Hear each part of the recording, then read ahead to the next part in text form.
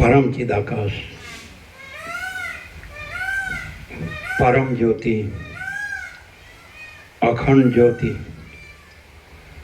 महाचिदाकाश, स्वयं प्रकाश, संपूर्ण प्रकाश, पूर्ण ब्रह्म, अनंत तेजगण, अनंत चितगण, परमाकाश, केवल अनंत शुद्ध तेजगण, परमाकाश, अखिल आत्मा, पूर्ण ब्रह्म, परमात्मा, परम चिदाकाश, परम ज्योति, अखंड ज्योति, अनंत पूर्ण, परम चिदाकाश, परम शांति, स्वयं सिद्ध, स्वयं प्रकाश, स्वयं पूर्ण, स्वस्वरूप, यही सब कुछ है, इसके सिवा कुछ नहीं है। शून्यभास, अनंत कोटि, महाकल्पो है ही नहीं। महाचिदाकाश, स्वयं प्रकाश, संपूर्ण प्रकाश, महाचिदाकाश ज्योति, अनंत, अखंड, अभेद, महाचिदाकाश ज्योति, महातत्व, महासामान्य, महाचिदाकाश, स्वसंवेद्य, सहज निर्विकल्प, महाचिदाकाश, परम कैवल्य, परम शांति, परम चिदाकाश, अनंत पूर्ण, निरपेक्ष सत्य, अनंत संपूर्ण, अपरिघी, निर्भ्रांत, निरपेक्ष। वशिष्ठराम उपशम प्रकरण राउंड 39मो राउंड।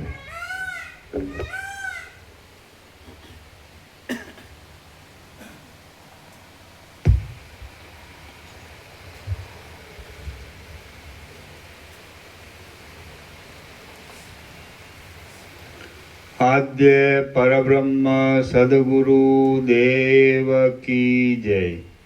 ओम श्री परमात्मने नमः। श्री योग वासिष्ठ महारामायण स्थिति उपशम प्रकरण सर्ग 35मो। प्रहलादे साक्षात्कार करेला स्वरूपનું નિરૂપણ કર્યું તથા સંસારના બંધોને ધિક્કાર્યા।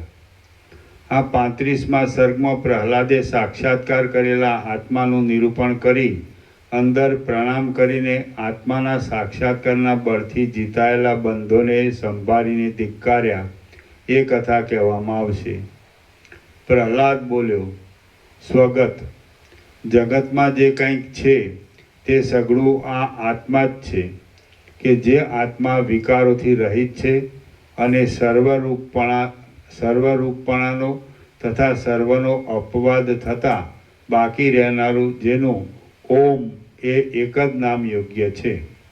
આ ચૈતન્યરૂપ આત્મા દેહમાં રહેલો હોવા છતાં મેદ, અસ્થિઓ, માંસ, મજ્જા તથા રુધિર વગેરેથી ન્યારો છે। સૂર્યાદિની અંદર પણ રહેલો છે, સૂર્ય વગેરેને પણ પ્રકાશ આપે છે અને પોતે પ્રકાશમય છે। આ આત્મા પોતાની સત્તાથી જ અગ્નિને ઉષ્ણ કરે છે અને અમૃતને તથા જળને પોતાની સત્તાથી જ શીતળ કરે છે। જેમ રાજા ભોગોને બનાવીને તેઓને ભોગવે છે, તેમ આ આત્મા પોતાની સત્તાથી જ ઇન્દ્રિયોના વિષયોને બનાવીને તેઓને ભોગવે છે। આત્મા સર્વદા નિષ્ક્રિય છે, તો પણ વાયુ આદિ રૂપે તે સર્વદા દોડ્યા કરે છે। કાળ રૂપે ચાલ્યો જાય છે, તો પણ કુંભારના ચાકડાની પેઠે પોતાને ઠેકાણેથી ખસતો નથી। શાંત છે, તો પણ સર્વ વ્યવહારો કરે છે અને સઘળા વ્યવહારો કરવા છતાં પણ લેપાતો નથી। આત્મા પૂર્વે કરેલા કર્મોના ફળોથી હમણાં લેપાતો નથી અને હમણાં કરવામાં આવતા કર્મોના ફળોથી હવે લેપાવાનો નથી. આ લોકમાં, પરલોકમાં તથા બંને લોકની સંધિમાં આત્મા શુભાશુભ કર્મોના ફળોને ભોગવે છે, તો પણ વાસ્તવિક રીતે સઘળી વૃત્તિઓનો સાક્ષી હોવાથી કશું ભોગવતો નથી. આત્મા પોતે જ સઘળા બ્રહ્માંડો રૂપે તથા બ્રહ્માથી માંડીને તળના સુધીના સઘળા પદાર્થો રૂપે થાય છે અને થઈને નિર્ભય રીતે જ પોતે સર્વ બ્રહ્માંડોને તથા બ્રહ્મા આદિ સઘળા પદાર્થોને વીંટીને રહેલો છે. આ આત્મા વાયુદેવ કરતાં પણ સર્વદા અત્યંત ગતિવાળો છે, ઝાડના ઠૂંઠા કરતાં પણ અત્યંત નિષ્ક્રિય છે અને આકાશ કરતાં પણ અત્યંત નિર્લેપ છે. જેમ પવન પાંદડાને ડોલાવે છે તેમ આ આત્મા મનને વેગ આપે છે. જેમ સારથી ઘોડાઓના સમૂહને ચલાવે છે તેમ આ આત્મા પોતાની ઇન્દ્રિયોના સમૂહને ચલાવે છે. આ આત્મા દેહ તથા ઘર સંબંધી કાર્યોમાં તત્પર રહેવાને લીધે સર્વદા અત્યંત દુર્દશાવાળા જેવો પણ જણાય છે અને પોતાના સ્વરૂપમાં જ અવિચળપણાથી સ્વસ્થ રહીને પોતાના સામર્થ્યથી સઘળા ભોગોને ભોગવે છે, માટે ચક્રવર્તી જેવો પણ છે. આ આત્માનું સર્વદા શોધન કરવું, સ્તવન કરવું અને ધ્યાન કરવું યોગ્ય છે. આત્મામાં જ શોધન, સ્તવન અને ધ્યાન કરવાથી જરાના તથા મરણના મોહમાંથી નીકળી જવાય છે. સઘળાઓના શરીરરૂપી કમળોના છિદ્રોમાં ભ્રમરની પેઠે રહેલો આ આત્મા વિશ્વાસુ બંધુની પેઠે સહેજમાં મળે એવો છે અને સહેજમાં વશ કરી શકાય એવો છે, કારણ કે તે જ્ઞાન માત્રથી જ મળે છે અને સ્મરણ માત્રથી જ વશ થાય છે. આ આત્માને જરા પણ બોલાવ્યો એટલે ક્ષણ માત્રમાં તે સન્મુખ થાય છે. ધનવાન પુરુષ તો પોતાનું સેવન કરનારાઓની પાસે ગર્વ કરે છે અને તેઓનું અપમાન પણ કરે છે, પરંતુ આ આત્મા તો સઘળી સંપત્તિઓ વાળો હોવા છતાં પોતાનું સેવન કરનારા પાસે કદી પણ ગર્વ કરતો નથી અને કદી પણ તેમનું અપમાન પણ કરતો નથી. જેમ પુષ્પોમાં સુગંધ રહેલી છે, તલમાં તેલ રહેલું છે અને મધુર પદાર્થોમાં મીઠાશ રહેલી છે, તેમ આ આત્મા સઘળા પદાર્થોમાં રહેલો છે.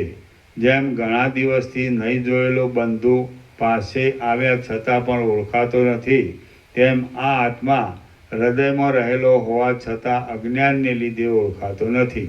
જેમ વહાલો બંધુ મળતા આનંદ થાય છે, તેમ આ પરમાત્મા વિચારથી જાણવામાં આવતા પરમ આનંદ થાય છે. ઉત્કૃષ્ટ આનંદ આપનારો આત્મારૂપી ઉત્તમ બંધુ જોવામાં આવતા એવા વિચારો પ્રાપ્ત થાય છે કે જે વિચારોથી મરણ આદિ વિઘ્નો ટળી જાય છે, સ્નેહ આદિ સઘળા પાસો તૂટી જાય છે, કામ આદિ સઘળા શત્રુઓ નાશ પામી જાય છે અને ઘરમાં દરો કરતા ઉંદરોની જેમ દુષ્ટ આશાઓ મનમાં ત્રાસ આપતી નથી. આ આત્મા જોવામાં આવતા સઘળું જગત જોવામાં આવે છે, સાંભળવામાં આવતા સઘળું જગત સાંભળવામાં આવે છે.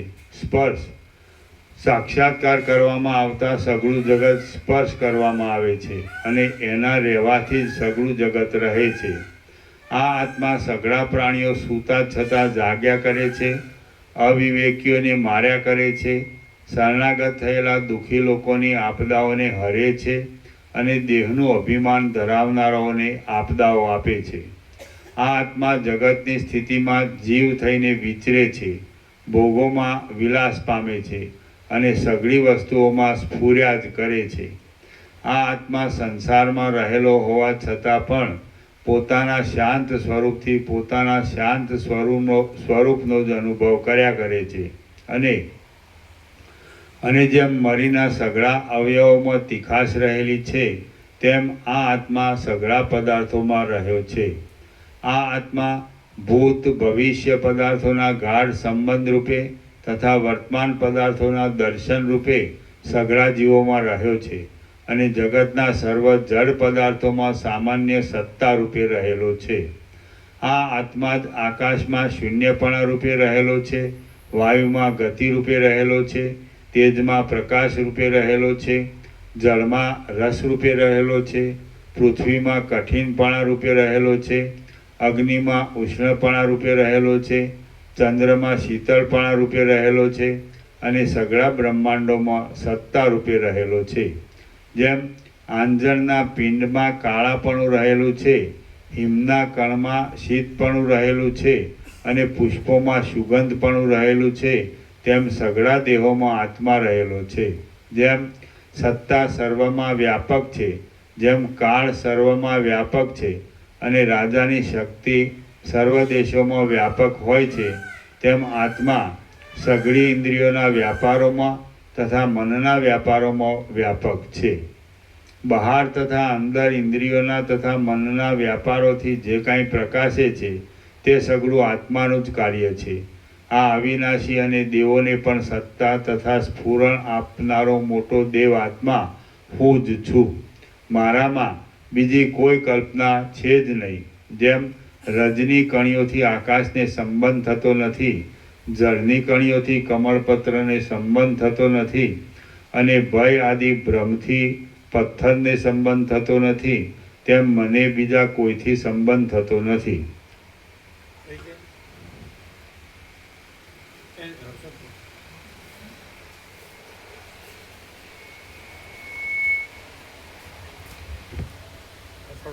કાન ઉપર આવે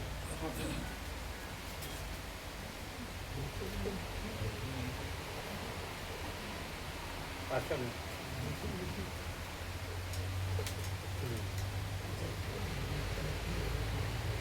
આમ વધારે વયો ગયો, આમ કરો.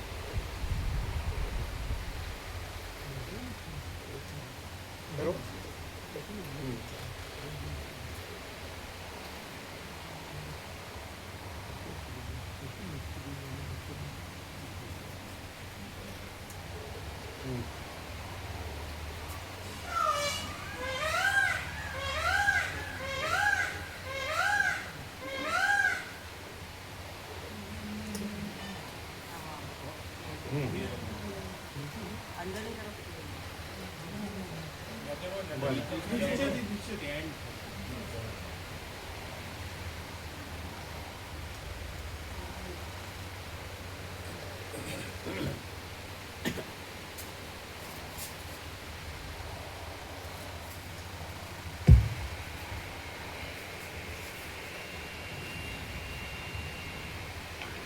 જેમ રજની કણીઓથી આકાશને સંબંધ થતો નથી, જળની કણીઓથી કમળપત્રને સંબંધ થતો નથી અને ભય આદિ ભ્રમથી પથ્થરને સંબંધ થતો નથી, તેમ મને બીજા કોઈથી સંબંધ થતો નથી.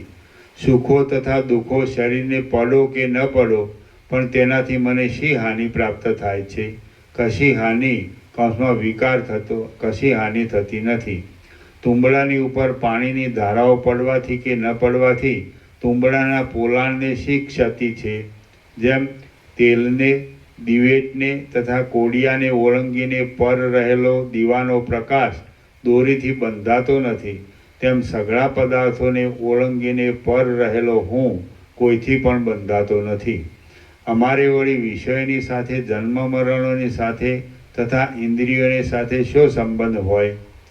જેમ આકાશ નિરાકાર હોવાથી તેને કોઈનો સંબંધ થતો નથી અને મન પર કોઈનો પ્રહાર થતો નથી, તેમ મને કોઈનો સંબંધ થતો નથી અને કોઈનો પ્રહાર પણ થતો નથી.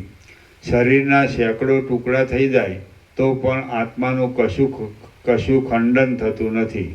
ઘડો ભાંગી જાય, છિદ્રવાળો થઈ જાય અને નષ્ટ થઈ જાય તો પણ તે ઘડાના આકાશને શી હાનિ છે?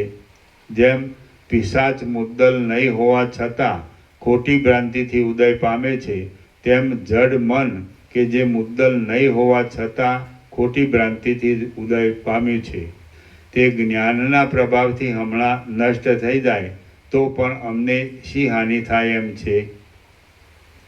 સુખ દુઃખમય વાસનાઓથી ભરપૂર રહેનારું મારું મન પ્રથમ અજ્ઞાનની દશામાં હતું, પણ હવે નથી.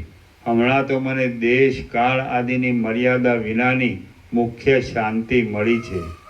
એક ભોગવતો હોય બીજો લેતો હોય, ત્રીજો અનર્થ સંબંધી કલેશોને પામતો હોય અને ચોથો જોયા કરતો હોય, તેમાં ચોથો ભોગવવાને, લેવાને અને કલેશોને પોતામાં માની લે એ કેવી મૂર્ખતા ગણાય? પ્રકૃતિ ભોગવે છે, મન લે છે, દેહ કલેશોને પામે છે અને આત્મા જોયા કરે છે. તેમ છતાં આત્મા એ ભોગવવાને, લેવાને તથા કલેશોને પોતામાં માની લે છે. એ તો મૂર્ખતા જ જણાય, મૂર્ખતા જ ગણાય. અહો, આ મૂર્ખતારૂપી ચકરી કોણે નાખી હશે? ના ના, વિચાર કરી જોતા એવા પ્રકારની મૂર્ખાઈ કાંઈ છે જ નહીં. તેથી આત્માને કશી ક્ષતિ થઈ જ નથી. મને ભોગો મળે તેની પણ ઈચ્છા નથી અને ભોગોના ત્યાગની પણ ઈચ્છા નથી. જે આવતું હોય તે ભલે આવે અને જતું હોય તે ભલે જાય. મને સુખ ઉપર રાગ નથી અને દુઃખ ઉપર દ્વેષ નથી. સુખ દુઃખો આવતા હોય તો ભલે આવે અને જતા હોય તો ભલે જાય, પણ મને એની સાથે શો સંબંધ છે? શરીરમાં અનેક પ્રકારની વાસનાઓ ઉદય પામો કે અસ્ત પામો, મારે એ સાથે કશો સંબંધ નથી. અહો, આટલા કાળ સુધી અજ્ઞાનરૂપી શત્રુએ મારા વિવેકરૂપી સર્વસ્વને હરી લઈને મને કચરી નાખ્યો હતો અને વિવેકરૂપી સર્વસ્વને પણ અત્યંત તોડી નાખ્યું હતું. હમણાં મારા સ્વરૂપમાંથી જ ઉત્પન્ન થયેલી વિષ્ણુની અનહદ કૃપાથી એ સગળું સમજવામાં આવતા તે શત્રુને મેં તોડી નાખ્યો છે અને સગળું સર્વસ્વ પાછું મેળવીને ઠીક કરી લીધું છે. મેં હમણાં મારા શરીરરૂપી ઝાડની બખોલમાંથી બ્રહ્મ વિદ્યારૂપી મંત્ર વડે અહંકારરૂપી પિશાચને કાઢી મૂક્યો છે. અહંકારરૂપી પિશાચથી રહિત થયેલો આ મારા શરીરરૂપી મોટો બગીચો અત્યંત પવિત્ર થયો છે અને જાણે ખૂબ ખીલ્યો હોય તેમ શોભે છે. દુષ્ટ આશાઓરૂપી દોષોનો નાશ થવાને લીધે મોહરૂપી દારિદ્ર્ય શાંત થઈ જવાથી હું વિવેકરૂપી ધનના સમૂહને પ્રાપ્ત કરીને મહાસમર્થ થયો છું. જે જાણવાનું હતું તે સર્વ જાણી લીધું અને જે કાંઈ જોવાનું હતું તે સર્વ જોઈ લીધું. હમણાં મને એવો પુરુષાર્થ પ્રાપ્ત થયો છે કે જે પછી બીજું કાંઈ પણ પામવાનું અવશેષ રહેતું નથી. હું હવે રજોગુણ અને ધૂળથી રહિત થયેલી સઘળી આશાઓ, દિશાઓ અને તૃષ્ણાઓવાળી, ઉપશમોવાળી, શીતળ વૃક્ષોવાળી અને જેમાંથી અનર્થો દૂર થઈ ગયા છે એવા વિષયરૂપી સર્પો નાસી ગયા છે. મોહરૂપી ઝાકળ ટળી ગયું છે અને વાસનારૂપી ઝાંઝવાના પાણી શાંત થઈ ગયા છે. એવી પરમાત્મારૂપી ઊંચી વિશાળ ભૂમિને પ્રાપ્ત થયો છું. વિષ્ણુની સ્તુતિ કરવાથી, વિષ્ણુને પ્રણામ કરવાથી, વિષ્ણુની પ્રાર્થના કરવાથી, સમના પ્રભાવથી અને નિયમના પ્રભાવથી મને આ મહાસમર્થ આત્મા મળ્યો છે, જોવામાં આવ્યો છે અને સ્પષ્ટ રીતે જાણવામાં આવ્યો છે. અહંકારના પદને ઓળંગીને રહેલો અને સનાતન બ્રહ્મરૂપ આ સમર્થ આત્મા ઘણા સમયે વિષ્ણુની કૃપાથી મારા સ્મરણમાં આવ્યો છે. જેમ મૂર્ખ માણસને રાત્રે જંગલમાં પિશાચ હેરાન કરે છે, તેમ લાંબા સમયથી મને અહંકારરૂપી શત્રુએ ઘણો જ હેરાન કર્યો છે. ઇન્દ્રિયોરૂપી સર્પોના દરો, મરણોરૂપી ખાડાઓ, તૃષ્ણાઓરૂપી કરંજના છોડ, કામદેવરૂપી દુષ્ટ પક્ષીના કોલાહલ, જન્મરૂપી ઊંડા કૂવાઓ, દુઃખોરૂપી બળતા દાવાનળો અને વિષયરૂપી ભયંકર ચોરો તેમજ વાસનાઓરૂપી વનોમાં વિપત્તિઓની તથા સંપત્તિઓની લાખો દશાઓથી, ઊંચી નીચી ગતિઓના ભ્રમોથી, અનંત જન્મ મરણોથી અને આશાઓરૂપી પાસોથી મને બાંધ્યો હતો. પણ હમણાં મારા આત્માએ પોતાની જ ચતુરાઈથી શ્રી વિષ્ણુનું રૂપ ધારણ કરીને મારા વિવેકની સંપત્તિને જાગૃત કરી છે. જેમ આકાશમાં સૂર્યનો પ્રકાશ થતાં અંધકાર જોવામાં આવે નહીં, તેમ આત્મજ્ઞાનનો પ્રકાશ થતાં એ અહંકારરૂપી રાક્ષસ મારા જોવામાં આવતો નથી. જેમ દીવો ઠરી જતાં પાછો તે દીવાનો પત્તો મળતો નથી, તેમ મનરૂપી ગુફામાં રહેનારો અહંકારરૂપી યક્ષ શાંત થતાં હવે મને તેનો પત્તો મળતો નથી. એ આત્મા, જેમ સૂર્ય જોવામાં આવતા જ ચોર નાસી જાય છે, તેમ મહાશક્તિશાળી તું જોવામાં આવતા જ મારો અહંકાર નાસી ગયો છે. મિથ્યા જ ઉત્પન્ન થયેલો એ અહંકાર પિશાચની પેઠે નાસી જતા હું તેમાંથી અજગર જતો રહ્યો હોય એવા બગીચાની પેઠે સ્વસ્થ થઈને રહ્યો છું. આ જગતમાં જ્ઞાનને પામેલો હું શાંત થાવ છું અને પરમ સુખમાં રહું છું. મને અહંકારરૂપી ચોરે છોડી દીધો છે, તેથી હું અખંડ સુખને પ્રાપ્ત થયો છું. જેમ વરસાદના જળના સમૂહથી ભીંજાયેલો પર્વત દાવાનળથી તથા ઝાંઝવાના જળથી રહિત થઈને અંદર શીતળપણું પામે, તેમ બોધના સમૂહથી ભીંજાયેલો હું અહંકારથી તથા આશાઓથી રહિત થવાને લીધે અંદર શીતળપણું પામ્યો છું. સ્વરૂપના વિચારને લીધે અહમપદ કૌંસમાં અહંકાર શાંત થઈ ગયું.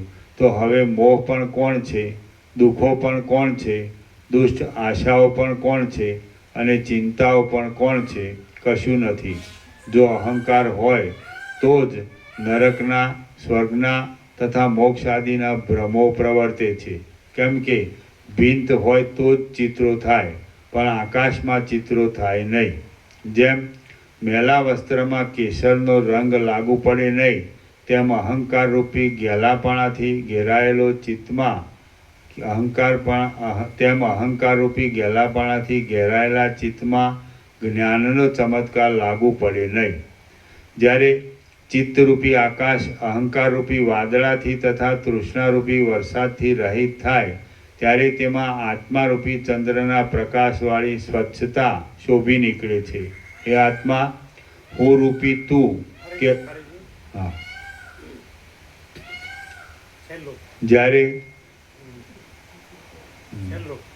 જ્યારે ચિત્તરૂપી આકાશ અહંકારરૂપી વાદળાથી તથા તૃષ્ણારૂપી વરસાદથી રહિત થાય, ત્યારે તેમાં આત્મારૂપી ચંદ્રના પ્રકાશવાળી સ્વચ્છતા શોભી નીકળે છે. એ આત્મા હું રૂપી તું કે અહંકારરૂપી કાદવથી રહિત થયેલા અને અંદર સ્વચ્છતાવાળા આનંદના સરોવર રૂપ છે, તેને હું વારંવાર પ્રણામ કરું છું. એ આત્મા હું રૂપ તું કે જે ઇન્દ્રિયોરૂપી ઉગ્ર જૂડોથી તથા ચિત્તરૂપી વડવાનળથી રહિત થયેલો આનંદનો સમુદ્ર છે, તેને હું વારંવાર પ્રણામ કરું છું. જેમાંથી અહંકારરૂપી વાદળા જતા રહ્યા છે અને આશારૂપી દાવાનળ શાંત થયો છે, એવા હું રૂપ આનંદના અવિચળ પર્વતને વારંવાર પ્રણામ કરું છું. એ આત્મા હું રૂપ તું કે જ્યાં આનંદરૂપી કમળ ખીલ્યું અને જ્યાં ચિંતારૂપી મોજાઓ શાંત છે, એવા પરબ્રહ્મ નામના માન સરોવર રૂપ છે, તેને હું મારી અંદર જ વારંવાર પ્રણામ કરું છું.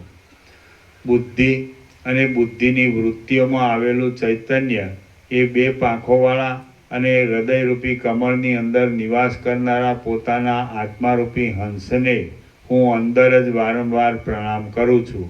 હે પૂર્ણ આત્મા, પ્રાણ તથા મન આદિ 16 કળાઓવાળા હે પૂર્ણ આત્મા, પ્રાણ તથા મન આદિ 16 કળાઓવાળા, કળાઓથી ન્યારા રૂપવાળા, આનંદરૂપ અમૃતમય સ્વરૂપવાળા અને સર્વદા પ્રકાશતા તું રૂપ ચંદ્રને વારંવાર પ્રણામ કરું છું. સર્વદા ઉદય પામેલા, હૃદયમાં રહેલા, અજ્ઞાનરૂપી મોટા અંધકારને હરનારા અને સર્વમાં વ્યાપક હોવા છતાં પણ જોવામાં નહીં આવતા ચૈતન્યરૂપી શીતળ સૂર્યને હું વારંવાર પ્રણામ કરું છું. વૈરાગ્યરૂપી તેલથી પ્રકાશતા, ચિત્તની વૃત્તિરૂપી વાટથી બહાર નીકળતા અને પોતાના સ્વરૂપરૂપી આધારમાં રહેનારા ચૈતન્યરૂપી અવિચળ દીવાને હું વારંવાર પ્રણામ કરું છું. જેમ અગ્નિથી તપેલા લોઢાને ટાઢા લોઢાથી બળાત્કારે ભાંગી નાખવામાં આવે છે, તેમ મેં કામદેવરૂપી અગ્નિથી તપેલા મનને ઉપશમવાળા મનથી બળાત્કારે ભાંગી નાખ્યું છે. શુદ્ધ ઇન્દ્રિયથી મલિન ઇન્દ્રિયને કાપી નાખીને, શુદ્ધ મનથી મલિન મનને કાપી નાખીને અને શુદ્ધ અહંકારથી મલિન અહંકારને કાપી નાખીને કેવળ ચૈતન્ય રૂપે રહેલો હું જય પામું છું. એ આત્મા શ્રદ્ધાથી અશ્રદ્ધાને કાપી નાખીને, અતૃષ્ણાથી તૃષ્ણાને કાપી નાખીને અને વિચારવાળી બુદ્ધિથી સંદેહવાળી બુદ્ધિને કાપી નાખીને જ્ઞાતાપણાના અભિમાનથી રહિત એવા કેવળ સત્ય જ્ઞાન સ્વરૂપે તું જ અવશેષ રહ્યો છે. તેને હું પ્રણામ કરું છું.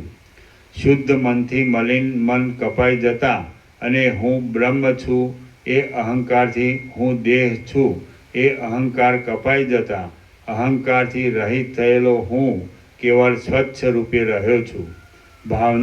ભાવનાઓ કરાવનારી બુદ્ધિથી, અહંકારથી, મનથી અને ઈચ્છાઓથી રહિત થયેલું આ મારું શરીર કેવળ પ્રાણવાયુને લીધે જ ગતિ કરે છે અને આત્મામાં જ રહેલું છે.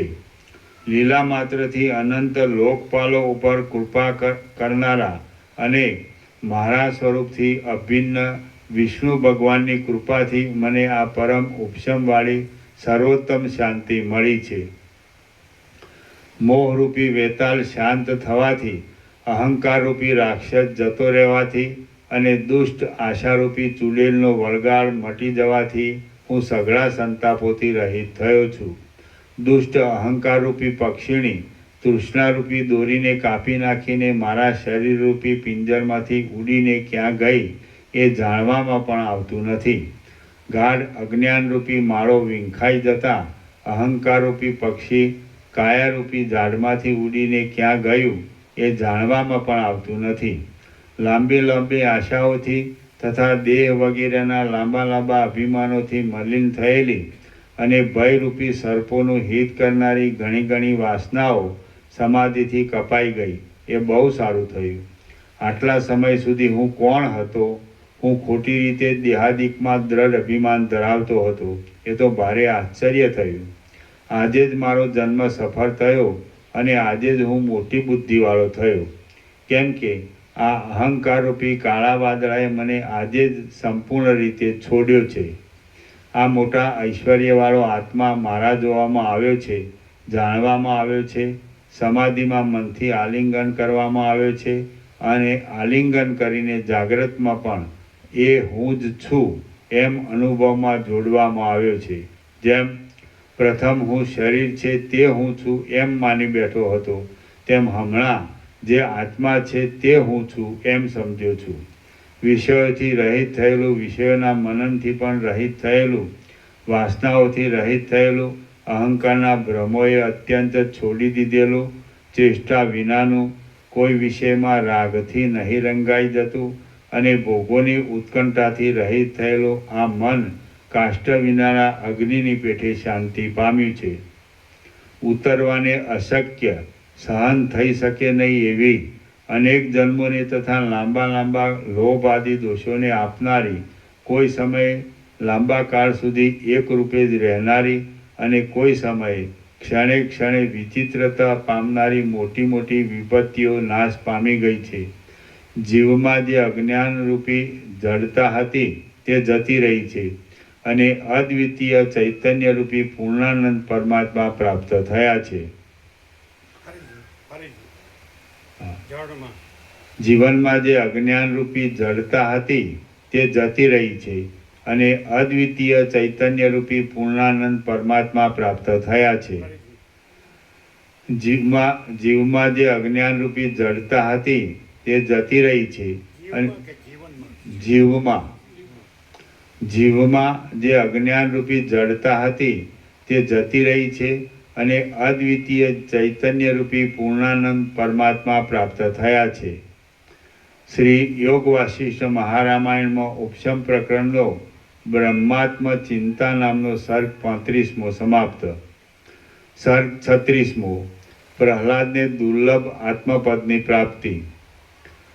આ 36મા સર્ગમાં પ્રહલાદે દુર્લભ આત્માને પામીને વારંવાર પ્રણામ કર્યા, સ્તુતિ કરી, અભિવંદન કર્યું અને આત્માની સાથે જ રમણ કર્યું એ કથા કહેવામાં આવશે.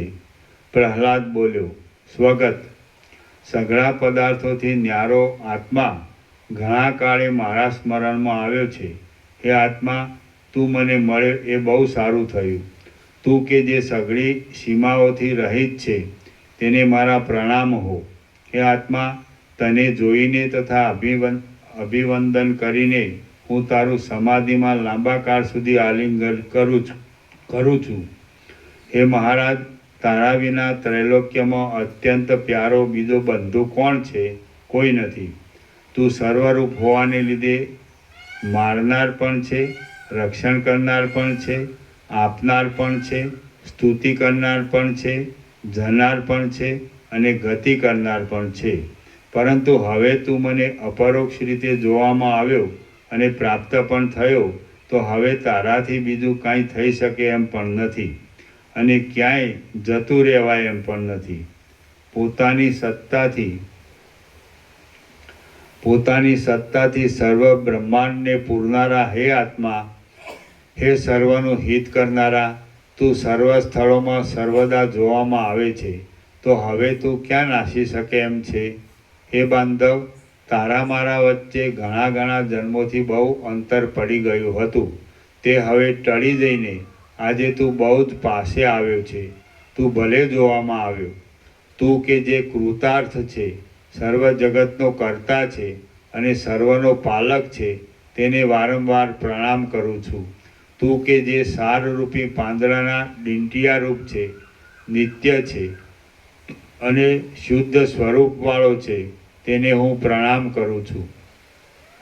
તું કે જે ચક્ર તથા કમળને હસ્તોમાં ધારણ કરનારો વિષ્ણુ છે, તેને હું પ્રણામ કરું છું. તું કે જે અર્ધાચંદ્રને ધારણ કરનારો સદાશિવ છે, તેને હું પ્રણામ કરું છું. તું કે જે દેવોનો અધિપતિ ઇન્દ્ર છે, તેને પ્રણામ કરું છું. તું કે જે કમળમાંથી જન્મેલો બ્રહ્મા છે, તેને હું પ્રણામ કરું છું.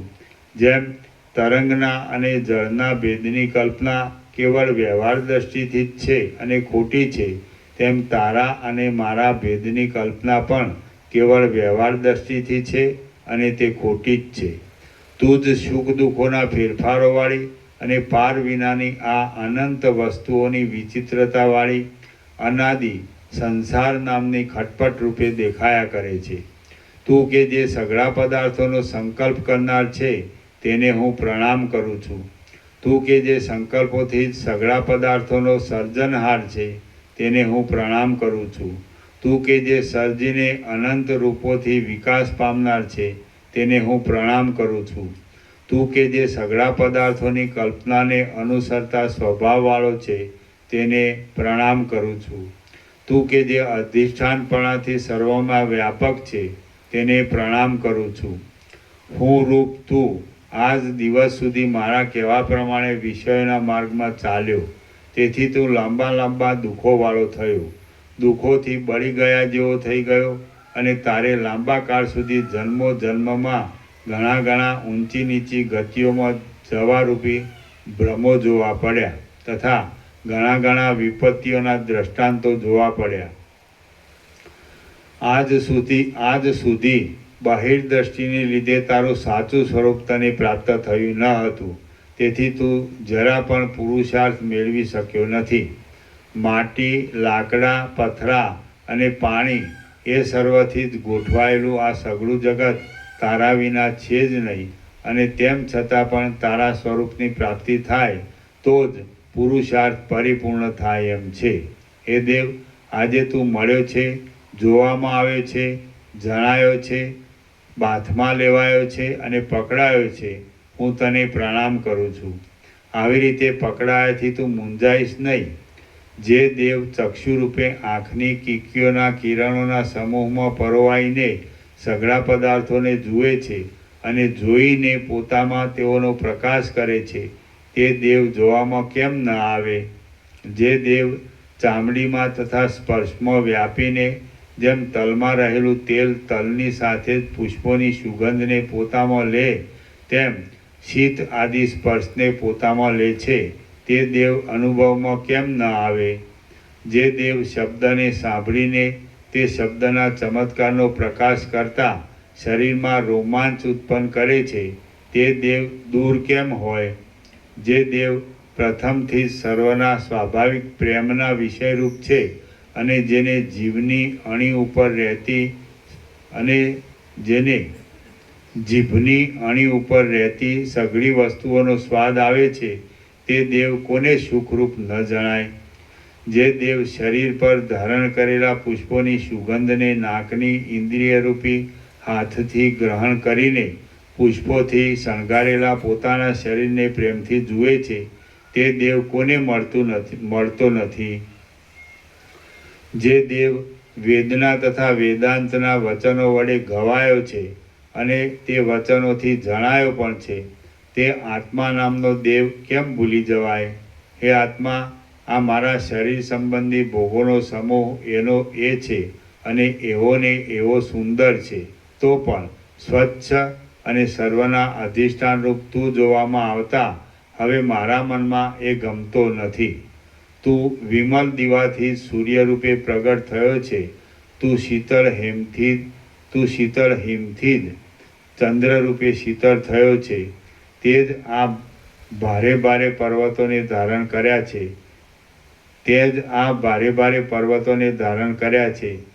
જ આ વાયુ આદિને તથા ગ્રહોને ધારણ કર્યા છે. તારાથી આ પૃથ્વી અવિચળ રહે છે અને આ આકાશ તારી સત્તાથી જ સર્વને અવકાશ આપે છે. હે દેવ, તું હુંપણાને પ્રાપ્ત થયો એ સારું થયું, અને હું તથા તું એક થઈ ગયા એ પણ સારું થયું. અને હું તથા તું એક થઈ ગયા એ પણ સારું થયું. આપણા વચ્ચે ભેદ નથી એ બહુ સારું છે. તારી ઉપાધિરૂપ તું એ શબ્દ અને મારી ઉપાધિરૂપ હું એ શબ્દ કે જેઓ લક્ષ્યરૂપ પરમાત્માના પર્યાય શબ્દો છે, તેઓને હું વારંવાર પ્રણામ કરું છું. હું કે જે અંત વિનાનો છું અને અહંકાર વિનાના રૂપવાળો છું, તેને હું પ્રણામ કરું છું. હું કે જે આકારથી રહિત છું અને સર્વમાં સમાન રીતે રહેલો છું, તેને હું પ્રણામ કરું છું. હે આત્મા, હું કે જે સમ, સ્વચ્છ, નિરાકાર, સાક્ષીભૂત અને દેશ તથા કાળ આદિના પાપથી રહિત તારું સ્વરૂપ જ છું, તેમાં તું જ રહ્યો છે. મન સંકલ્પ વિકલ્પો કર્યા કરે છે, ઇન્દ્રિયોની વૃત્તિઓ સ્ફુરે છે, પ્રાણવાયુનો તથા અપાનવાયુનો ભારે પ્રવાહ ચાલ્યા કરે છે, અને આશાઓ રૂપી દોરીથી ખેંચાતા મનરૂપી સારથીવાળા અને ધર્મથી, માસથી તથા અસ્થિઓથી ગોઠવાયેલા શરીરોરૂપી યંત્રો ચાલ્યા કરે છે, એ સઘળું મારી પ્રેરણાથી જ થાય છે. હું કોઈ શક્તિરૂપ પણ નથી અને દેહમાં રહેનારા અહંકાર આદિ રૂપ પણ નથી. હું તો કેવળ અખંડ અનુભવરૂપ છું. દેહ નજરમાં આવે તો પડી જાઓ અને નજરમાં આવે તો સ્થિર રહો, પણ તેની સાથે મારે કશો સંબંધ નથી. ઘણા કાળે મારા જન્મનું સાફલ્ય થયું અને ઘણા કાળે મને આ પોતાના સ્વરૂપનો લાભ થયો. જેમ કલ્પરૂપ ઘણા કાળને અંતે જગત નાશ પામે છે, તેમ ઘણા કાળને અંતે મારો ભ્રમ દૂર થયો છે. આ સંસારરૂપ લાંબા માર્ગમાં લાંબા કાળથી ભટક્યા કરતો હું લાંબા કાળથી થાકી ગયો હતો, તે આજ જેમ કલ્પને અંતે અગ્નિ શાંતિ પામે તેમ શાંતિ પામ્યો છું. હે આત્મા, હું રૂપ તું કે જે સર્વરૂપ પણ છે અને સર્વથી ન્યારો પણ છે, તેને હું વારંવાર પ્રણામ કરું છું. અને જેઓ મને તું રૂપ જ કહે છે, તેઓને પણ હું વારંવાર પ્રણામ કરું છું. સઘળા સંભોગોનો પ્રકાશ કરનારો, છતાં પણ જેને દોષોની વૃત્તિઓનો સ્પર્શ જ થયો નથી એવું, અને જેમાં કોઈ પણ પ્રકારનો આગ્રહ થતો નથી એવું પરમાત્માનું સાક્ષીપણું ભારે ચમત્કારવાળું છે. એ આત્મા, જેમ પુષ્પમાં સુગંધ રહે છે, ધમણમાં પવન રહે છે અને તલમાં તેલ રહે છે, તેમ તું આ સઘળા બ્રહ્માંડમાં રહ્યો છે.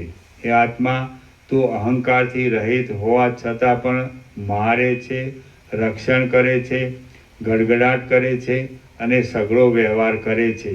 માટે આ તારું માયાવીપણું બહુ જ વિચિત્ર છે. સર્વદા પ્રકાશ તો હું કંઈ પણ વ્યાપાર નહીં કરતા જ જગતને પ્રકટ કરું છું, અને કર્યા પછી વશ કરીને પાળું છું, અને પાળીને પાછો તેનો લય કરી દઉં છું. માટે સર્વોત્તમ છું. હે આત્મા, જેમ વડ બીજમાં જ હતો, બીજમાં જ છે અને બીજમાં જ રહેશે, તેમ તું કે જે પરમાણુ કરતાં પણ અત્યંત સૂક્ષ્મ છે, તેમાં જ આ સગળો બ્રહ્માંડનો ગોળો હતો, છે અને રહેશે. જેમ આકાશમાં મેઘ હાથીના, ઘોડાના અને રથોના વિચિત્ર આકારોથી દેખાય છે, તેમ તું જ આ સંસારમાં અસંખ્ય પદાર્થો રૂપે દેખાય છે. હે આત્મા, તું જ અસંખ્ય વિકારવાળા સંસારનો બાદ કરવા માટે અને સ્વરૂપભૂત નિરતિશય આનંદનો આવિર્ભાવ કરવા માટે સુખ દુઃખોથી રહિત થા અને સુખ દુઃખોના સ્મરણોથી પણ રહિત થા. અભિમાનને, કોપને, મલિનપણાને અને આ ક્રૂરપણાને ત્યજી દે, કેમ કે જે મહાત્માઓ હોય તેઓ દુર્ગુણોના સંકટમાં પડે જ નહીં. તારી પૂર્વે જે લાંબી દેહાભિમાનરૂપી દુર્દશા થઈ હતી, તેને વારંવાર સંભાળીને હું કોણ છું અને કેવો થઈ ગયો હતો એમ વિચારીને મોતીની છટા જેવું સ્વચ્છ હાસ્ય કરતાં કરતાં સઘળા આગ્રહોને છોડી દે. જે કાર્યોમાં અને જે દિવસોમાં તું ચિંતારૂપી અગ્નિની જ્વાળાઓના સમૂહોથી ઘેરાયેલો રહેતો હતો, તે તાપથી તપતા કાર્યો અને ઉગ્ર દિવસો જતા રહ્યા છે.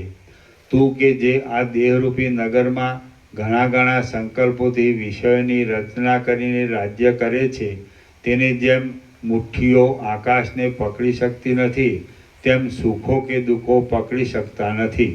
હવે તો તું ઇન્દ્રિયોરૂપી દુષ્ટ ઘોડાઓને તથા મનરૂપી મદોન્મત્ત હાથીને જીતીને તથા ભોગરૂપી શત્રુને ચારે બાજુથી ભાગી નાખીને ચક્રવર્તીપણું કરે છે. જેમ સૂર્ય અપાર આકાશમાં માર્ગ કર્યા કરે છે, તેમ હવે તું પોતાના અપાર સ્વરૂપમાં જ ગતિ કર્યા કરે છે. અને જેમ સૂર્ય નિત્ય અસ્ત પામે છે તથા નિત્ય ઉદય પામે છે, તેમ તું જગતરૂપે નિત્ય અસ્ત પામે છે તથા નિત્ય ઉદય પામે છે. પરંતુ સૂર્ય તો બહાર જ પ્રકાશ કરે છે અને તું તો બહાર પણ પ્રકાશ કરે છે અને અંદર પણ, અને તું તો બહાર પણ પ્રકાશ કરે છે અને અંદર પણ પ્રકાશ કરે છે. જેમ સૂતેલા પતિને કામનાવાળી સ્ત્રી ભોગની લીલાઓ કરવા માટે જગાડે છે, તેમ તું કે જે સર્વદા સૂતેલો જ છે, કૌંસમાં સંકલ્પોથી રહિત છે, તેને જીવોના અદ્રષ્ટોરૂપી કામનાવાળી શક્તિ ભોગની લીલાઓ કરવા માટે જગાડે છે, કૌંસમાં સંકલ્પ કરાવે છે. ઇન્દ્રિયોની વૃત્તિઓરૂપી મધમાખીઓએ આણેલા વિષયરૂપી મધને તું ઇન્દ્રિયોના ગોલકોરૂપી ગોખોમાં રહેલી ચૈતન્ય શક્તિથી સ્વીકારીને દૂરથી પીવે છે. પ્રાણવાયુને તથા અપાનવાયુને રોકવાના અભ્યાસમાં તત્પર રહેનારા યોગીઓ દેહમાં ક્ષણે ક્ષણે અનેક પ્રકારની નાડીઓમાં જવા આવવાના અભ્યાસો કરીને તે અભ્યાસોને લીધે બીજા બ્રહ્માંડોરૂપી કોતરોમાં જાય છે. તે સમયમાં ત્યાં જવાના સુષુમ્ના આદિ માર્ગો તેઓના જોવામાં આવે છે. તે પણ તારા પ્રકાશથી જ જોવામાં આવે છે. તું પુષ્પમાં સુગંધની પેઠે દેહમાં રહ્યો છે, ચંદ્રમાં ઉત્તમ અમૃતની જેમ દેહમાં રહ્યો છે, શાખામાં રસની જેમ દેહમાં રહ્યો છે અને હિમમાં શીતળપણાની જેમ દેહમાં રહ્યો છે. સર્વ પ્રાણીઓના શરીરમાં ગર્વના નિમિત્તરૂપી જે રસ છે, તે રસ કે તું જે શરીરરૂપી દૂધના ઘીરૂપ છે, તેમાં રહ્યો જ છે. કારણ કે તું જો શરીરના અભિમાનનો ત્યાગ કરે તો એ રસ રહેતો જ નથી. જેમ કાષ્ઠની અંદર અગ્નિ રહ્યો છે, તેમ તું આ શરીરની અંદર રહ્યો છે. તું જ સર્વોત્તમ અમૃતરૂપ છે. તું જ સૂર્ય આદિ તેજોના પ્રકાશનું નિમિત્ત છે. તું જ સઘળા પદાર્થોને જાણનાર છે અને તું જ ચક્ષુ આદિ ઇન્દ્રિયોનો પ્રકાશક છે. તું જ સઘળા વાયુઓની ગતિરૂપે છે. તું જ મનરૂપી હાથીને મદની પેઠે ભ્રાંતિનું નિમિત્ત છે અને તું જ બુદ્ધિરૂપી અગ્નિની જ્વાળાની તીક્ષ્ણતાનું તથા પ્રકાશનું નિમિત્ત છે. મરણમાં, મૂર્છામાં તથા સ્વપ્નમાં વાણી બંધ પડી જાય તે પણ તું બંધ પાડે છે, તેથી જ બંધ પડે છે. તે પણ તું જ બંધ પાડે છે, તેથી જ બંધ પડે છે. અને બીજી અવસ્થામાં વાણી ક્યાંયથી દીવાની પેઠે ઉદય પામે છે અને બીજી અવસ્થામાં વાણી ક્યાંયથી દીવાની પેઠે ઉદય પામે છે. જેમ સોનામાં કડા, બાજુબંધ અને કેયુર વગેરેની રચનાઓ ઉદય પામે છે, તેમ તારામાં સંસાર સંબંધી સઘળા પદાર્થોની પંક્તિઓ ઉદય પામે છે. આ તું અને આ હું ઇત્યાદિ શબ્દોથી તું જ લીલા કરવા પોતે પોતાથી પોતાને જ કહે છે અને તું જે કોઈના વખાણ કરે છે તે પણ લીલા કરવા પોતે પોતાનો જ વખાણ કરે છે. જેમ આકાશમાં મંદ પવનથી ચલાયમાન થયેલો મેઘ હાથીઓના, ઘોડાઓના અને માણસોના આકારોથી દેખાય છે, તેમ તું જ પોતાના સ્વરૂપમાં સંકલ્પોને લીધે જુદા જુદા પદાર્થોના આકારોથી દેખાય છે. જેમ અગ્નિની જ્વાળાઓ પોતાથી અભિન્ન હાથીઓના અને ઘોડાઓના આકારોથી દેખાય છે, તેમ તું જ પોતાથી અભિન્ન એવા સૃષ્ટિ સંબંધી સઘળા પદાર્થોના આકારોથી દેખાય છે. તું જ બ્રહ્માંડો રૂપી મોતીઓમાં એક રૂપે વ્યાપક દોરારૂપ છે. તું જ સર્વ પદાર્થો રૂપી ધાન્યોનું ચૈતન્ય રૂપી રસાયણથી સિંચાયેલું ખેતર છે.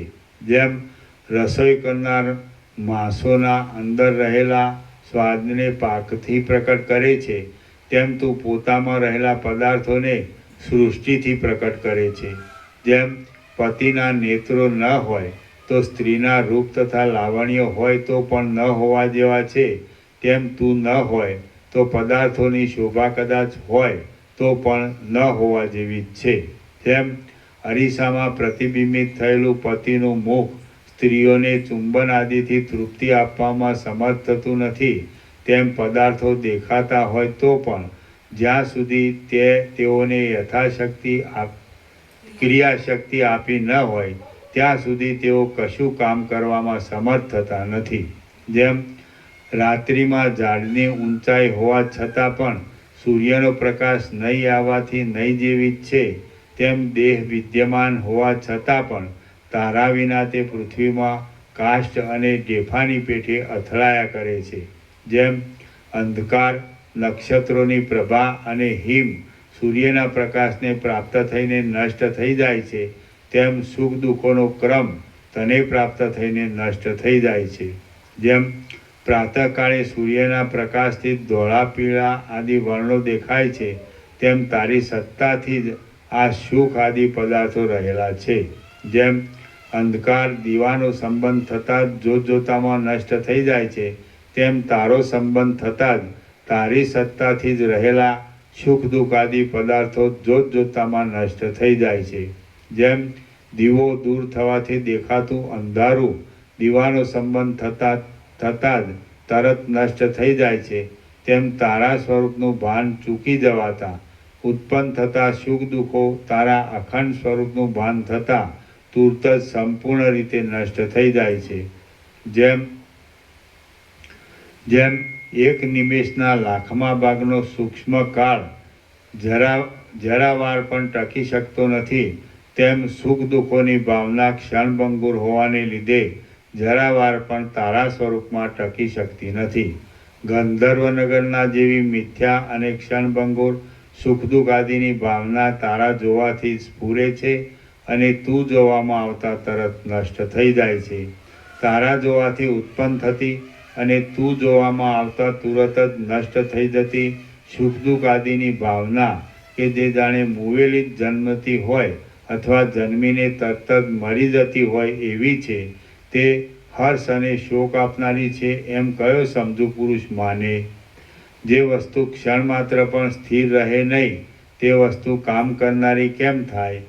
તરંગોને કમળો કલ્પીને તેઓની માળા કરવાનું ધારીએ તો તે માળા નજર જ કેમ આવે? જો ઉત્પન્ન થતા જે નષ્ટ થઈ જનારી કોઈ વસ્તુ કામ કરતી હોય તો માણસ વીજળીના ઝબકારાઓની માળા બનાવીને તેનાથી ક્રીડા કરે. હે અનંત પદાર્થોના અધિષ્ઠાનભૂત આત્મા, તું વિવેકી પુરુષોના ચિત્તમાં રહીને આ સુખ દુઃખાદિ ગ્રહણ કરે છે. આ સુખ દુઃખાદિ ગ્રહણ કરે છે ખરો, પરંતુ ગ્રહણ કરવા છતાં પણ તું સમતાને છોડતો નથી. અવિવેકી પુરુષોના ચિત્તમાં તો અનંત અને અનિયત વાસનાઓ હોય છે. માટે તે ચિત્તમાં તારી કેવા પ્રકારની સ્થિતિ થાય છે તેનું વર્ણન આપવામાં મારી વાણી સમર્થ નથી.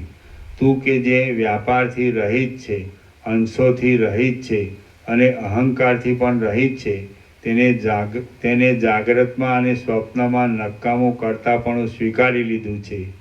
અવિવેકની દ્રષ્ટિથી બ્રહ્માંડ આદિ ઘણા ફેલાયેલા આકારે જણાતા હે આત્મા, તારો જય હો. વિવેક દ્રષ્ટિથી સઘળા દ્વૈત વિનાના શાંત જણાતા હે આત્મા, તારો જય હો. અવિવેક દ્રષ્ટિથી સઘળા પ્રમાણોના વિષયભૂત જણાતા હે આત્મા, તારો જય હો. વિવેક દ્રષ્ટિથી કોઈપણ પ્રમાણના વિષયરૂપ નહીં દેખાતા હે આત્મા, તારો જય હો. અવિવેક દ્રષ્ટિથી જન્મવાળા જણાતા હે આત્મા, તારો જય હો. વિવેક દ્રષ્ટિથી જન્મરહિત જ જણાતા હે આત્મા, તારો જય હો. અવિવેક દ્રષ્ટિથી ખંડિત જણાતા હે આત્મા, તારો જય હો. વિવેક દ્રષ્ટિથી અખંડિત જણાતા હે આત્મા, તારો જય હો. અવિવેક દ્રષ્ટિથી સંકલ્પોવાળા જણાતા હે આત્મા, તારો જય હો. વિવેક દ્રષ્ટિથી સંકલ્પ રહિત જણાતા હે આત્મા, તારો જય હો. વિવેક દ્રષ્ટિથી મનના અવિષયરૂપ જ જણાતા હે આત્મા, તારો જય હો. હું તારા દર્શનથી પ્રફુલ્લિત થાઉં છું, શાંત થાઉં છું, સ્થિર થાઉં છું અને જ્ઞાન સ્વરૂપ થાઉં છું. જીવન મુક્તિરૂપી જયને પ્રાપ્ત થયેલો હું બાકી રહેલા પ્રારબ્ધને જીતી લેવા માટે જીવું છું. હું કે જે તું રૂપ છું તેને પ્રણામ કરું છું અને તું કે જે હું રૂપ છું તેને પણ હું પ્રણામ કરું છું. વિષયરૂપી રોગોથી રહિત થઈને, વિષયોની વાસનાના રંગથી પણ રહિત થઈ અને સ્વસ્થ થઈને હું તારામાં જ રહ્યો છું. માટે મને બંધન ક્યાં છે, વિપત્તિઓ પણ ક્યાં છે, સંપત્તિઓ પણ ક્યાં છે અને જન્મ મરણ પણ ક્યાં છે? કશું નથી.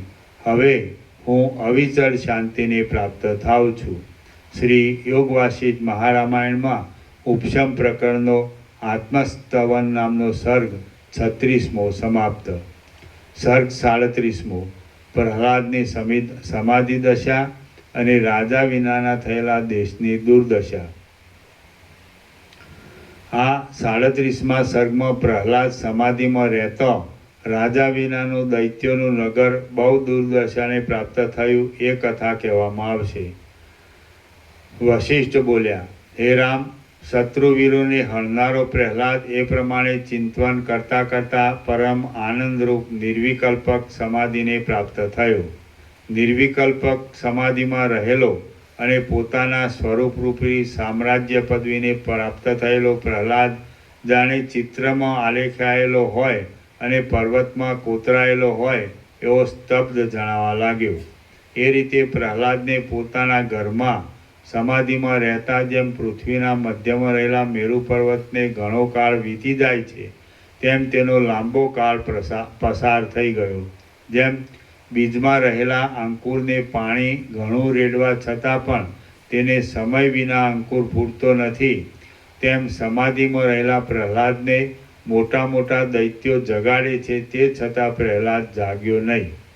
બાહ્ય દ્રષ્ટિથી રહિત થયેલો અને બ્રહ્મરૂપ થયેલો તે પ્રહલાદ અસુરોના નગરમાં એ રીતે હજારો વર્ષ સુધી પથરામાં કોતરાયેલા સૂર્યની જેમ નિશ્ચળ જ રહ્યો. એ પ્રહલાદ પરમ આનંદરૂપી દશામાં એક રસપણાથી પરિણામ પામેલો હોવાને લીધે જાણે મરી ગયો હોય એવો દેખાવા લાગ્યો.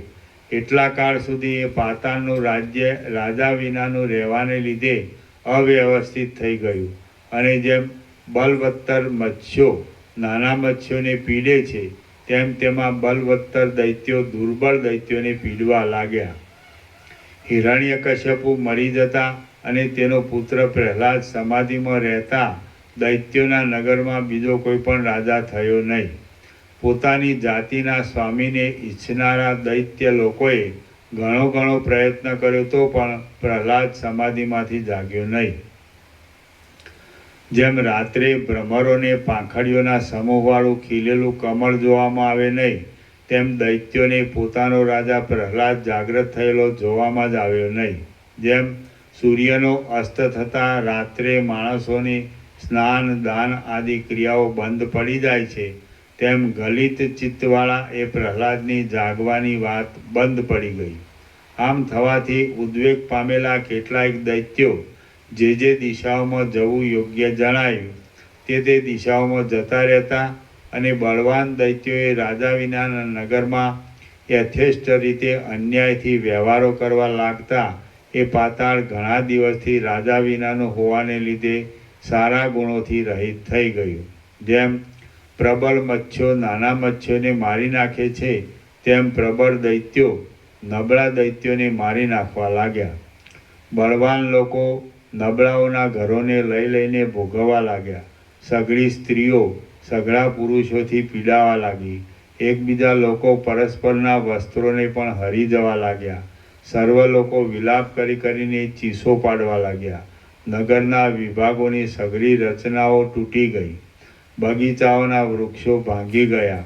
નગરના લોકો નાસવા લાગ્યા અને નક્કામાં અનર્થો તથા પીડાઓ વધી ગયા. દૈત્યો ચિંતા કરવા લાગ્યા. લોકોને અન્નો કે ફળો પણ મળવા લાગ્યા નહીં. સમય વિનાના ઉત્પાતોથી લોકો પરવશ થઈ જવા લાગ્યા અને સઘળી દિશાઓના મંડળો દૂરથી ઘેરાઈ ગયા. દેવતાઓના પુત્રો પણ દૈત્યોનો તિરસ્કાર કરવા લાગ્યા. કૂતરાઓની, શિયાળવાઓની તથા પિશાચ આદિની બહુ ભરતી થઈ ગઈ. કોઈ સારા પ્રાણીઓ રહ્યા નહીં. લક્ષ્મી જતી રહી.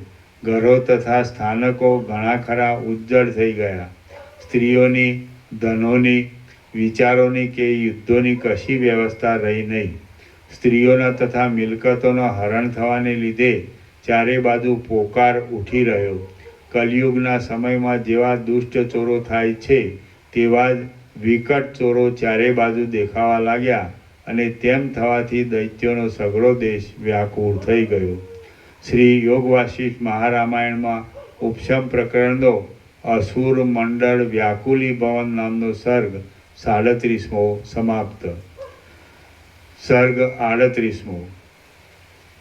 જગતનું દુઃખ મટાડવા વિષ્ણુ ભગવાને ચિંતા કરી. આ 38મા સર્ગમાં જગતની વ્યવસ્થા રાખવા સારું દૈત્યોનું રક્ષણ કરવાની અને પ્રહલાદને સમાધિમાંથી જગાડવાની વિષ્ણુએ ચિંતા કરી એ કથા કહેવામાં આવશે. વશિષ્ઠ બોલ્યા, હે રામ, પછી ક્ષીરસાગરના અંદરના શ્વેતદ્વીપમાં શેષનાગરૂપી શૈયા ઉપર પોઢેલા અને જેની સઘળા બ્રહ્માંડોના ચાલતા ક્રમનું પાલન કરવું એ ક્રીડા છે, એવા વિષ્ણુ ભગવાન ચાતુર્માસ ગયા પછી દેવતાઓની પ્રાર્થનાથી જાગ્યા અને તે સમયમાં ચાલતી જગતની સ્થિતિનો પોતાની બુદ્ધિથી વિચાર કરવા લાગ્યા. પ્રથમ પોતાના મનથી સ્વર્ગલોકમાં ચાલતી પદ્ધતિનો તથા ભૂલોકમાં ચાલતી પદ્ધતિનો વિચાર કર્યો અને તે પછી તુરત પાતાળમાં ચાલતી પદ્ધતિના વિચાર ઉપર તે ઉતર્યા. વિચાર કરતા પાતાળમાં પ્રહલાદ નામનો દાનવ સ્થિર સમાધિમાં રહેલો જોવામાં આવ્યો ને ઇન્દ્રના નગરમાં સંપત્તિ બહુ જ વધી ગયેલી જોવામાં આવી.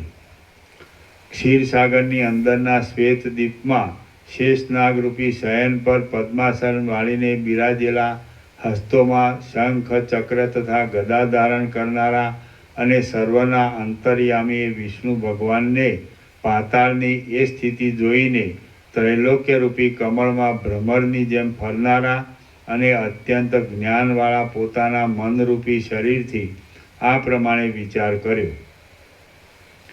પ્રહલાદ સમાધિમાં શાંત થતાં પાતાળ રાજા વિનાનું થઈ જવાને લીધે આ સૃષ્ટિ ઘણું કરીને દૈત્યો વિનાની થઈ ગઈ છે. એ બહુ ભૂંડું થયું છે. દૈત્યોનો અભાવ થઈ જતાં વૃષ્ટિ વિનાના સમયોમાં નદી મલિનતા રહિત થઈ જાય છે, જેમ કોઈ શત્રુ નહીં રહેવાને લીધે દેવતાઓની પંક્તિ રાગદ્વેષથી રહિત થઈ જશે. જો શત્રુઓ હોય તો જ દેવતાઓને સ્વર્ગના સુખો દુર્લભ જણાયાથી તેઓના ઉપર રાગ રહે અને તે સુખમાં વિઘ્ન પાડનારા દૈત્યો ઉપર દ્વેષ રહે. દેવતાઓની જાતિ રાગ દ્વેષથી રહિત થઈ જશે. તે જેમ લતા રસથી રહિત થઈને શુષ્કપણાને પ્રાપ્ત થાય છે, તેમ તે જાતિ અભિમાનથી રહિત થઈને સુખ દુઃખાદી દ્વંદ્વો વિનાના મોક્ષ નામના પદને પ્રાપ્ત થઈ જશે. દેવતાઓ જો મોક્ષ પદને પ્રાપ્ત થશે તો મનુષ્યોને દેવતાઓના સ્વર્ગલોક સંબંધી સુખને મેળવવાની ઈચ્છા રહેશે નહીં અને તેથી ભૂલોકમાં યજ્ઞોની તથા તપની સઘળી ક્રિયાઓ બંધ પડી જશે, એ નિસંશય છે. હવે જો યજ્ઞોની તથા તપની ક્રિયાઓ બંધ પડી જશે તો ભૂલોક કર્મભૂમિ છે એમ કોઈના પણ સમજવામાં રહેશે નહીં અને તેમ થશે તો આખો સંસાર કે જે કર્મોને લીધે જ પ્રવર્ત્યા કરે છે તેનો નાશ થઈ જશે. કલ્પના આરંભથી માંડીને મેં જે આ ત્રૈલોક્ય રચેલું છે તે તાપથી જેમ હિમનો કણ નષ્ટ થઈ જાય છે તેમ સમય વિના જ નષ્ટ થઈ જશે. એ બહુ ખોટું થશે. હું ઉપેક્ષા રાખીને આ સંસારરૂપી મોટા આડંબરનો નાશ થવા દઉં તો મેં હાથે કરીને પોતાની લીલાનો જ નાશ આરંભ્યો કહેવાય. એ શું યોગ્ય છે? ચંદ્ર સૂર્ય તથા આરંભ્યો કહેવાય એ શું યોગ્ય છે? ચંદ્ર સૂર્ય તથા તારાઓ સહિત આ જગત શૂન્ય થઈ જાય તો મારે પણ મારા આ શરીરનો સંહાર કરીને પૂર્ણ સ્વરૂપમાં સ્થિતિ કરવી પડે. જો કે આ રીતે સમય વિના જગત શાંત થઈ જાય તો પણ જીવોને તો સઘળા ઉપદ્રવોની શાંતિ થઈ જાય એમ છે, પરંતુ એ જે શાંતિ થાય તે સુષુપ્તિ અવસ્થાના જેવી જ થાય, મુક્તિરૂપ ન જ થાય. હું ઉપેક્ષા નહીં કરતા જગતની સ્થિતિને યોગ્ય રીતે ચલાવું. હું ઉપેક્ષા નહીં કરતા જગતની સ્થિતિને યોગ્ય રીતે ચલાવું તો સત્કર્મોની મર્યાદાનો ભંગ ન થતા કર્મોથી ચિત્ત શુદ્ધ થવાને લીધે અનુક્રમે સઘળા જીવોને મુક્તિનો લાભ મળે. એટલા માટે હું ધારું છું કે હમણાં દૈત્યોને ઉત્તેજન આપવું તે સારું છે. દૈત્યો ઉદ્યોગી થાય તો દેવતાઓને રાગદ્વેષપૂર્વક સ્વર્ગલોકના સુખો જાળવવાની કાળજી રહે અને જો દેવતાઓને કાળજી રહે તો દેવતાઓના સુખો મેળવવાની ઈચ્છાથી માણસો યજ્ઞ સંબંધી ક્રિયાઓ કરે અને એ ક્રિયાઓ ચાલતી રહે તો સંસારની સ્થિતિ બરાબર ચાલ્યા કરે, કદી પણ એ સ્થિતિનો ક્રમ ફરે નહીં. માટે હું રસાતાળમાં જઈને જેમ વસંત ઋતુ બીજી ઋતુમાં બગડી ગયેલા ઝાડને પાછું તેના પોતાના ક્રમમાં સ્થાપે છે, તેમ હું પ્રહલાદને પાછો તેના પોતાના ક્રમમાં સ્થાપું. પ્રહલાદ વિના બીજા કોઈ દૈત્યને હું દૈત્યોનો રાજા કરીશ તો હું ધારું છું કે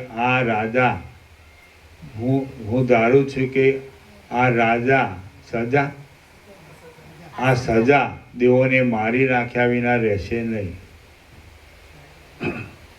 રાજા જ આવે ને? હા. તો હું ધારું છું કે આ રાજા દેવોને મારી નાખ્યા વિના રહેશે જ નહીં. અને પ્રહલાદનો જે આ દેહ છે તે પવિત્ર છે, મહાત્મા છે તથા છેલ્લો જ છે, માટે તેના હાથે દેવો માર્યા જવાનો સંભવ નથી. પ્રહલાદનો આ દેહ આ કલ્પ પૂરો થતાં સુધી જીવતો રહે એ યોગ્ય છે. પ્રહલાદે આ કલ્પ પૂરો થતાં સુધી દેહધારીપણાથી જ રહેવું એવો દૈવ સંબંધી નિયમ પણ થઈ ચૂક્યો છે, એ મારા ધારવામાં છે. માટે હું પાતાળમાં જઈને જેમ ગર્જના કરતો મેઘ પહાડની ક્ષુદ્ર નદીમાં સૂતેલા મોરને જગાડે છે તેમ પ્રહલાદને જગાડું. જેમ મણિ મનમાં ભાવના રાખ્યા વિના જ વસ્તુઓના પ્રતિબિંબોને ધારણ કરે છે, તેમ પ્રહલાદ જીવન મુક્ત લોકોની પદ્ધતિ પ્રમાણે મનમાં રાજ્યની આસક્તિ નહીં રાખતા દૈત્યોનું રાજ કરો. આસક્તિ નહીં રાખતા સઘળો વ્યવહાર કરવો એ જ જીવન મુક્ત લોકોની સમાધિ છે.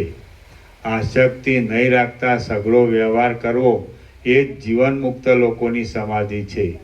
હું આ પ્રમાણે ગોઠવણ કરીશ તો આ સૃષ્ટિનો નાશ થશે નહીં, અને દેવતાઓની તથા દૈત્યોની નાના યુદ્ધો થયા કરશે. તેથી મને પણ વિનોદ મળ્યા કરશે. જો કે મારે તો સૃષ્ટિનો ઉદય અને સૃષ્ટિનો નાશ આ બંને સમાન છે, તો પણ આ જગત પોતાની જૂની પદ્ધતિથી ભલે ચાલ્યા કરે. મારે પદ્ધતિમાં ફેરફાર થવા દેવાનું શું પ્રયોજન છે? કરતા ભોગતાપણાનો આગ્રહ નહીં હોવાને લીધે કોઈ પણ વસ્તુના નાશથી દુઃખ નહીં ધરતા અને તે વસ્તુની સ્થિતિથી સુખ નહીં માનતા વ્યવહારને અનુસરતી તે વસ્તુની ગોઠવણ કરવી એ એક જાતની યોગની જ પદ્ધતિ છે. હું પાતાળમાં જઈશ અને પ્રહલાદને જગાડીશ, તો પણ આગ્રહથી રહિત હોવાને લીધે સ્થિર જ રહીશ. હું કંઈ પણ પામર જીવોની જેમ સંસારની લીલા કરતો નથી. ચાલો હવે દુષ્ટ લોકોના આચરણોથી ભયંકર થઈ ગયેલા અસુરના નગરમાં જઈને જેમ સૂર્ય કમળને જાગૃત કરે છે તેમ પ્રહલાદને જાગૃત કરીએ, અને જેમ વર્ષા ઋતુ ચંચળ વાદળાઓના સમૂહને હિમાલયમાં સ્થિર કરે છે તેમ અસ્તવ્યસ્ત થયેલા આ સઘળા જગતને સ્થિર કરીએ. શ્રી યોગ વાસિષ્ઠ મહારામાયણમાં ઉપશમ પ્રકરણનો પરમેશ્વર વિતર્ક નામનો સર્ગ 38મો સમાપ્ત. ઓમ ઓમ ઓમ. પ્રસાદ આપી દો.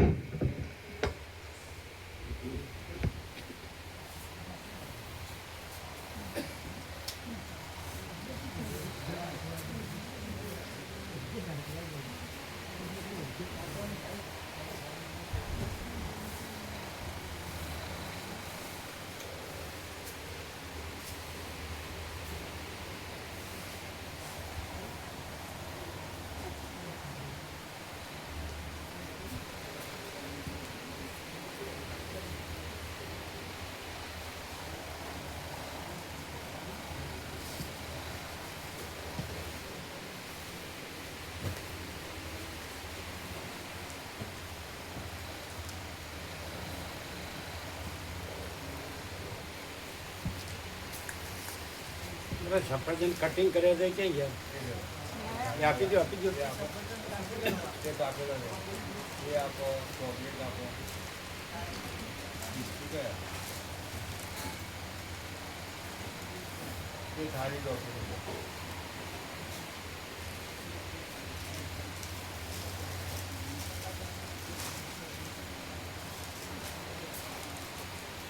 બધાના આપી.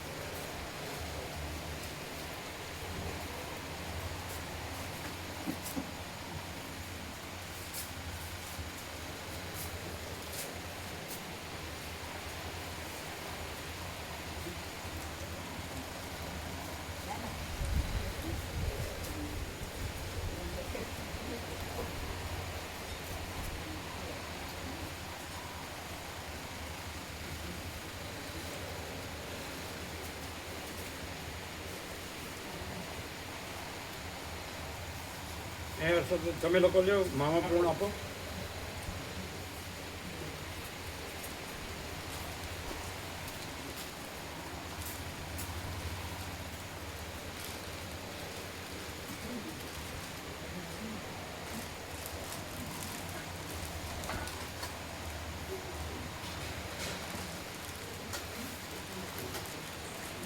ઢાંકી દો, પંખો બંધ કરો,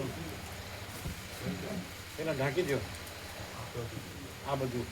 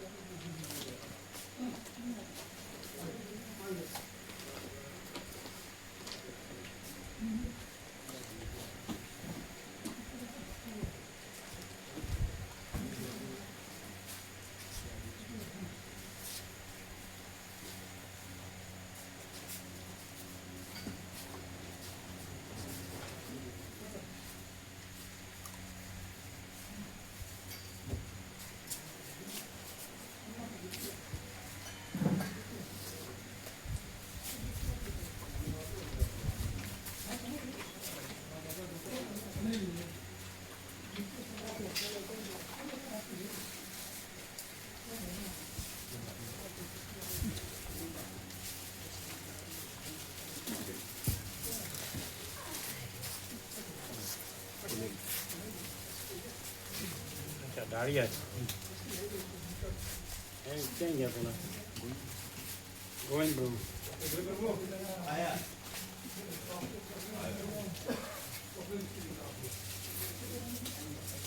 ફ્રીજમાં નહીં મૂકતા બહાર જ રાખજો. બહાર જ રાખજો.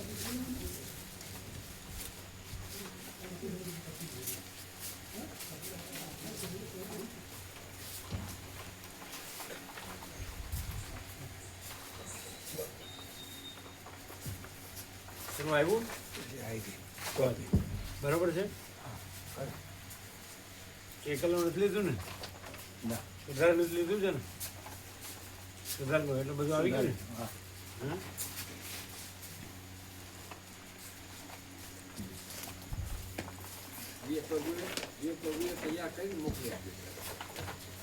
એટલે થઈ ગયું. એટલે 300 આવી ગયા. 6 બસ ભાઈ. મોબાઈલ નંબર ને બધા માગે છે, પૂછી લઈશું. એની જોડે યાદી છે. હા, યાદી તો છે. જો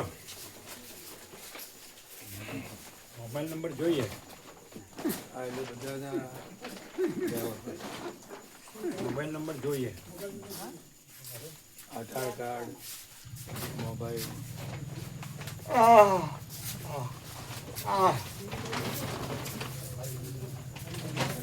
બરાબર કરજો, સરખી છે. જા જજો.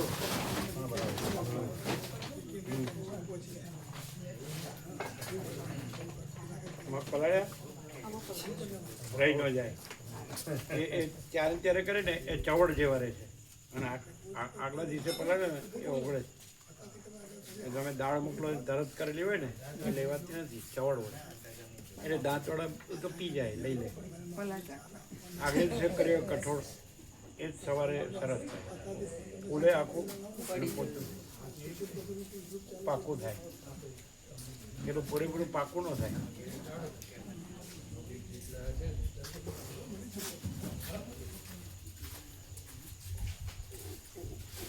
એને ચોખ્ખું ચોખ્ખું આખો પ્રકાશ.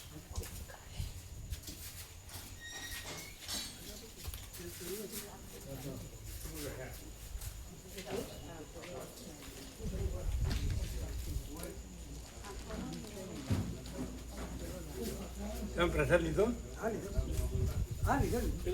લીધો.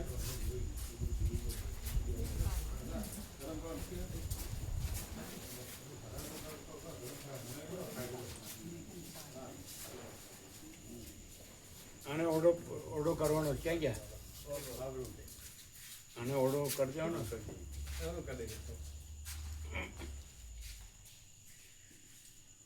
આમાં જોઈ લેવાનો જીવડા નો હોય. હા, સંકેત નો. બરાબર પેક કરી આપો સર. બસ થેલી મૂકી દેવાય પેક કર્યા પછી.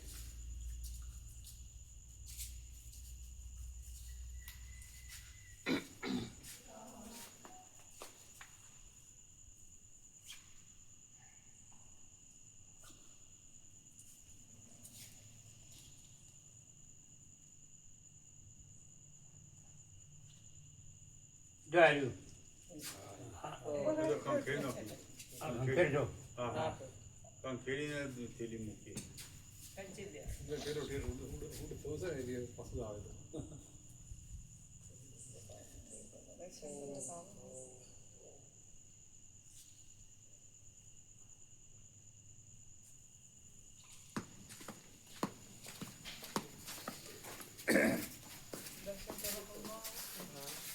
પેલું ઉપરની પેલું પગ લાવો ને પહેલે જે આ